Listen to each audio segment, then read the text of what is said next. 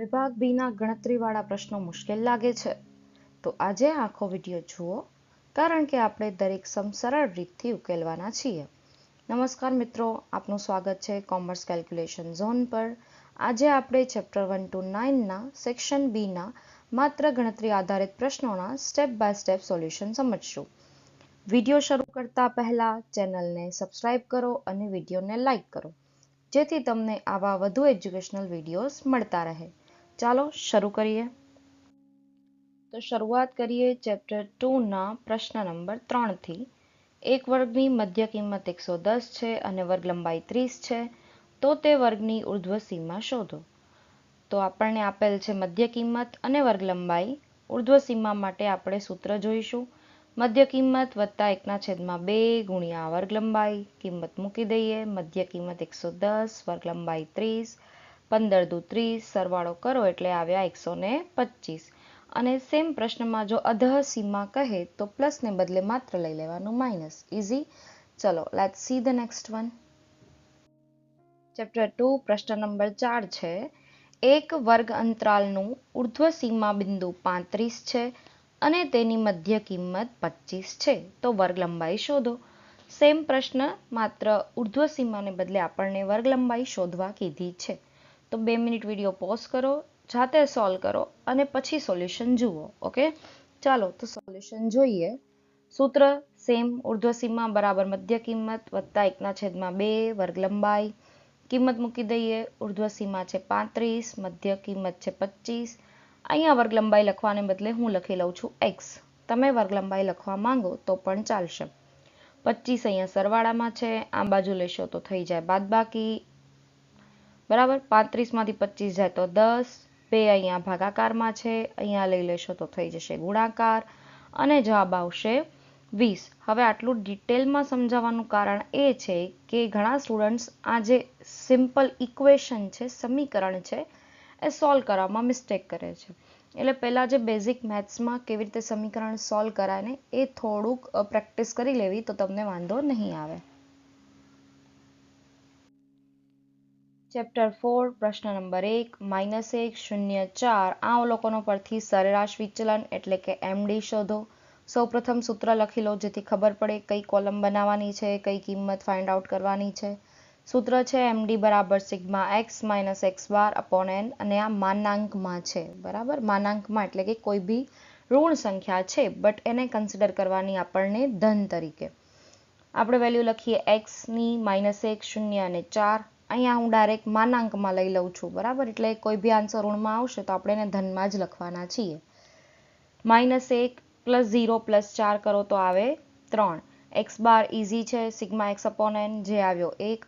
હવે સોલ્વ કરીએ, -1 માંથી 1 જાય તો કેટલા વધે, અહીંયા જોજો ગણતરી, -1 માંથી 1 જાય તો આવે -2, માનાંકમાં છે એટલે આપણે લખશું +2। 0 -1 એટલે -1, આપણે અહીંયા લખવાનો +1 અને 4 માંથી 1 જાય તો આવે 3, સરવાળો કરો, 2 ને 1 3, 3 ને 3 6, બસ કિંમત મૂકી દઈએ। આની કિંમત આવી 6, n છે 3, તો આપણી સરેરાશ વિચલન શું આવી છે અહીંયા 2। સો અવર કરેક્ટ આન્સર ઇઝ 2। હવે આપણે જોઈએ ચેપ્ટર 4 પ્રશ્ન નંબર 3, 6, 11, -3, 0, 8 આ અવલોકનો માટે વિસ્તારાંક શોધો।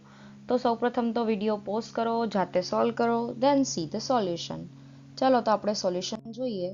વિસ્તારાંકનું સૂત્ર પહેલા લખી લઈએ, xh - xl upon xh plus xl। h એટલે અહીંયા હાઈએસ્ટ વેલ્યુ, l એટલે કે લોએસ્ટ વેલ્યુ। સૌથી મોટો નંબર અહીંયા કયો છે તો 11, સૌથી નાનો નંબર અહીંયા છે 3, બસ સૂત્રમાં વેલ્યુઝ મૂકી દઈએ, 11 માઇનસ લોએસ્ટ વેલ્યુ છે -3, બરાબર, નીચે માઇનસની બદલે માત્ર મૂકવાનું છે પ્લસ। હવે જુઓ અહીંયા માઇનસ માઇનસ શું થઈ જશે પ્લસ, એટલે 11 ને 3 થશે 14, પછી 11 માંથી 3 જાય તો અહીંયા કેટલા વધે 8, ડિવાઈડ કરશો એટલે આવશે 1.75। તો આ પ્રશ્નના જવાબ આવે છે 1.75। ચલો ચેપ્ટર નંબર 4 નો પ્રશ્ન 4 છે, જો x બાર બરાબર 25 અને ચલનાંક 20% હોય તો પ્રમાણિત વિચલન શોધો।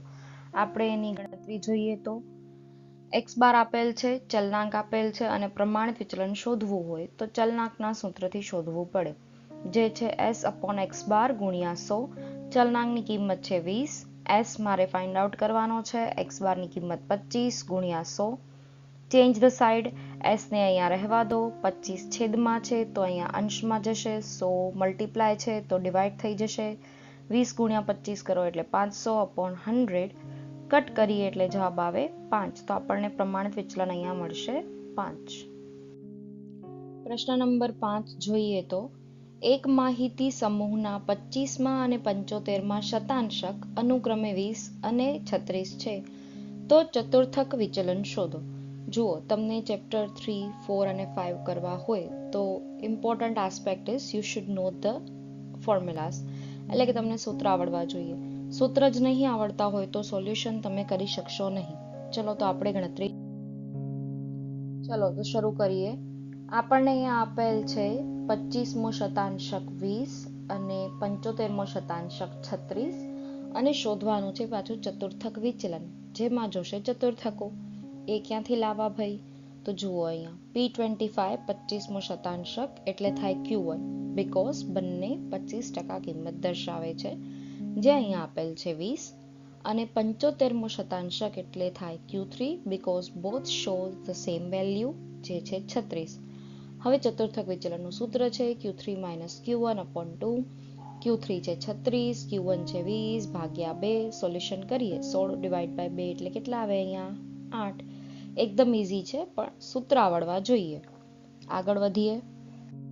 હવે પ્રકરણ 5ના પ્રશ્નો જોઈએ તો એક આવૃત્તિ વિતરણના 3 ચતુર્થકો 42, 36 અને 40 છે તો તે આવૃત્તિ વિતરણનો પ્રકાર જણાવો. તો મુખ્યત્વે આવૃત્તિ વિતરણના કેટલા પ્રકાર છે? 2, ધન વિષમ અને ઋણ વિષમ.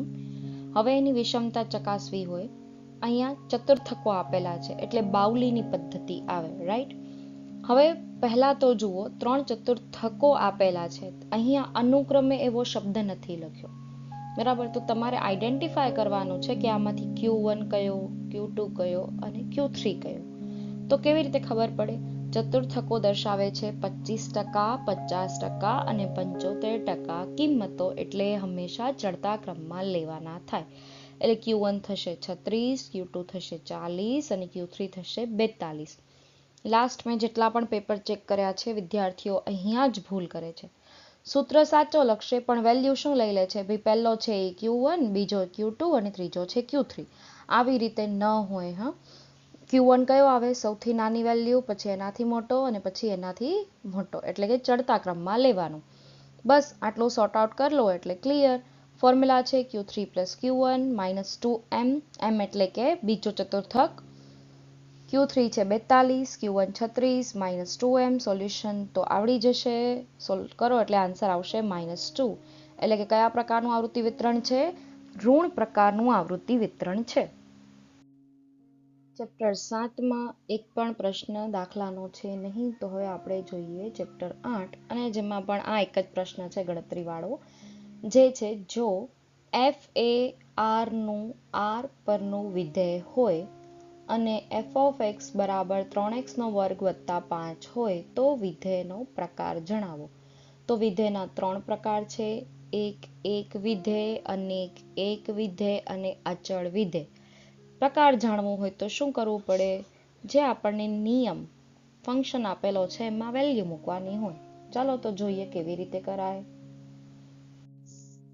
સોલ્યુશન જોઈએ તો પહેલા વિદ્યાર્થી મિત્રો જુઓ, અહીંયા જો પરીક્ષામાં તમે સોલ્યુશન લખો છો ને તો આવી રીતે લખવાનું. પહેલા જે પ્રશ્નમાં આપેલ છે એ નોટ ડાઉન કરી લેવાનું આવી રીતે શોર્ટકટમાં, અને પછી સોલ્યુશનથી સ્ટાર્ટ કરો. તો આપણે r એટલે વાસ્તવિક સંખ્યા થાય અને પ્રકાર જાણવો છે, તો શું કરવાનું? પહેલા હું અહીંયા 1 લઉં છું. 1નો વર્ગ થાય 1, 3 × 3 + 5, તો જવાબ શું આવ્યો અહીંયા? 8. હવે અહીંયા જે સંખ્યા લીધી ને એની વિરોધી સંખ્યા લઈ લેવાની. અહીંયા 1, તો અહીંયા શું લીધું મેં? -1. -1નો વર્ગ પણ શું થાય? +1. અને સોલ્યુશન કરો તો જવાબ શું આવ્યો? અહીંયા પણ 8. તો પ્રકાર પૂછે ને ત્યારે શું કરશું? આપણે એક ધન સંખ્યા લઈ લેશું અને પછી સેમ એની વિરોધી સંખ્યા લઈ લેશું. તમે અહીંયા 2, -2, 3, -3 પણ લઈ શકો છો, બરાબર? તો અહીંયા આપણે જોઈએ પ્રકાર જણાવવાનો છે. સોલ્યુશન તો કરી લીધું. પ્રકાર કેમ ખબર પડે? સંખ્યા અનેક છે, એક કરતાં વધારે છે, પણ ઉત્તર કેવો છે? એક. એટલે આને કયું વિધેય કહેવાય? અનેક એક વિધેય. પરીક્ષામાં આખું આ સેન્ટેન્સ લખવાનું. આમ પ્રદેશગણની બે ભિન્ન કિંમતો -1 માટે પ્રતિબિંબો સમાન મળે છે. અને આવું લખતા ના આવડે તો એટલીસ્ટ પ્રકાર લખી લેજો. ક્લિયર? હવે આપણે પ્રકરણ 9ના પ્રશ્નો જોઈએ તો પ્રશ્ન નંબર 2 છે. ગુણોત્તર શ્રેણી 0.1, 0.001, 0.001 નો સામાન્ય ગુણોત્તર શોધો. ગુણોત્તરનું સૂત્ર શું છે ભાઈ? Second term divide by first term. બરાબર? તો બીજું પદ છે અહીંયા 0.01, પ્રથમ પદ છે 0.1, ડિવાઈડ કરો એટલે આવે 0.1. તો આપણને ઉત્તર મળી ગયો 0.1. કેટલું ઈઝી છે એક માર્ક માટે. આમાં તો માર્ક જવો જ ના જોઈએ. આગળ વધીએ. પ્રશ્ન નંબર 3. ગુણોત્તર શ્રેણી 7, 7, 7 માટે પ્રથમ 20 પદોનો સરવાળો શોધો. એના માટે સૂત્ર આવડવું જોઈએ. આપણને શોધવાનું છે S20, એ છે 7, R લઈએ તો 7/7 તો આવશે 1. હવે જુઓ, અહીંયા પહેલું સૂત્ર છે ને, Sn બરાબર a કૌંસમાં r ની n ઘાત -1/r-1, એ વાપરવાની કોઈ જરૂર નથી. અહીંયા એક શોર્ટકટ સૂત્ર આપેલ છે કે જ્યારે r બરાબર 1 હોય ત્યારે Sn બરાબર na. તો n એટલે 20 પદોનો સરવાળો શોધવાનો છે. એ છે 7. તો કેટલો સરવાળો થશે આપણી પાસે? 140. હવે આપણે જોઈએ પ્રશ્ન નંબર 4. જો ગુણોત્તર શ્રેણીનું nમું પદ Tn બરાબર 2n+1 હોય તો સામાન્ય ગુણોત્તર શોધો. બરાબર? જો આપણને આપેલું છે, હું સૂત્ર લખું. Tn બરાબર a ગુણ્યા r n ની -1 ઘાત. તો આપણે ખાલી સરખામણી કરવાની છે. જેની ઉપર ઘાત લગાડેલ છે એ શું છે સૂત્ર પ્રમાણે? તો એ ગુણોત્તર છે. સરખામણી કરતા માલુમ પડે કે r બરાબર શું આવ્યું? 2. હવે સેક્શન બી ચેપ્ટર 9 નો છેલ્લો દાખલો છે. વિધાન: જો ABCD ગુણોત્તર શ્રેણીમાં હોય તો AD બરાબર BC થશે? સાચું છે કે ખોટું? પ્રૂવ કરવાનું છે. થઈ જાય તો સાચું, ના થાય તો ખોટું. કેવી રીતે કરીશું આપણે? હવે જુઓ, રેશિયો એટલે શું થાય? Second term upon first term, third term upon second term. એટલે બેઝિકલી તમે પછીની સંખ્યા અને પહેલાની સંખ્યાને ભાગાકાર કરો તો જવાબ સેમ આવે. એને કહેવાય ગુણોત્તર. તો અહીંયા આપણે એ જ કન્સેપ્ટ યુઝ કરીએ. અહીંયા હું લખું B/A, પછી C/B અને D/C. હવે આપણને કરવાનું છે કમ્પેર AD = BC. તો હું કઈ ટર્મ લઈ લઉં? AB અહીંથી મળી રહેશે અને CD મને અહીંથી મળી રહેશે. તો આપણે આ બંનેને લઈ લઈએ. બરાબર? ત્રણે ઇક્વલ જ છે. હું આ બંને લઈ લઉં છું. હવે શું કરવાનું? Cross multiply. A ગુણ્યા D બરાબર B ગુણ્યા C. થઈ ગયું સાબિત. એટલે આ વિધાન કેવું છે? સાચું છે. સેમ પ્રશ્નમાં જો તમને કીધું હોય કે સાબિત કરો AC બરાબર B², બરાબર? આવી રીતે કીધું હોય, સાબિત કરો B² બરાબર AC, તો કયા બે પદ લઈ લેવાના? પહેલા બે લઈને પ્રૂવ કરી દેવાનું. ઈઝી છે. ચલો, તો અહીંયા આપણે કમ્પ્લીટ કરીએ છીએ સેક્શન બી. જો તમને વિડીયો સારો લાગ્યો હોય તો ચેનલને લાઇક કરો, શેર કરો, સબસ્ક્રાઇબ કરો. અને સેક્શન એના વિડીયો જોવા હોય તો તમને કમેન્ટ સેક્શનમાં લિંક આપેલી છે, ત્યાંથી જઈને જોઈ શકો છો.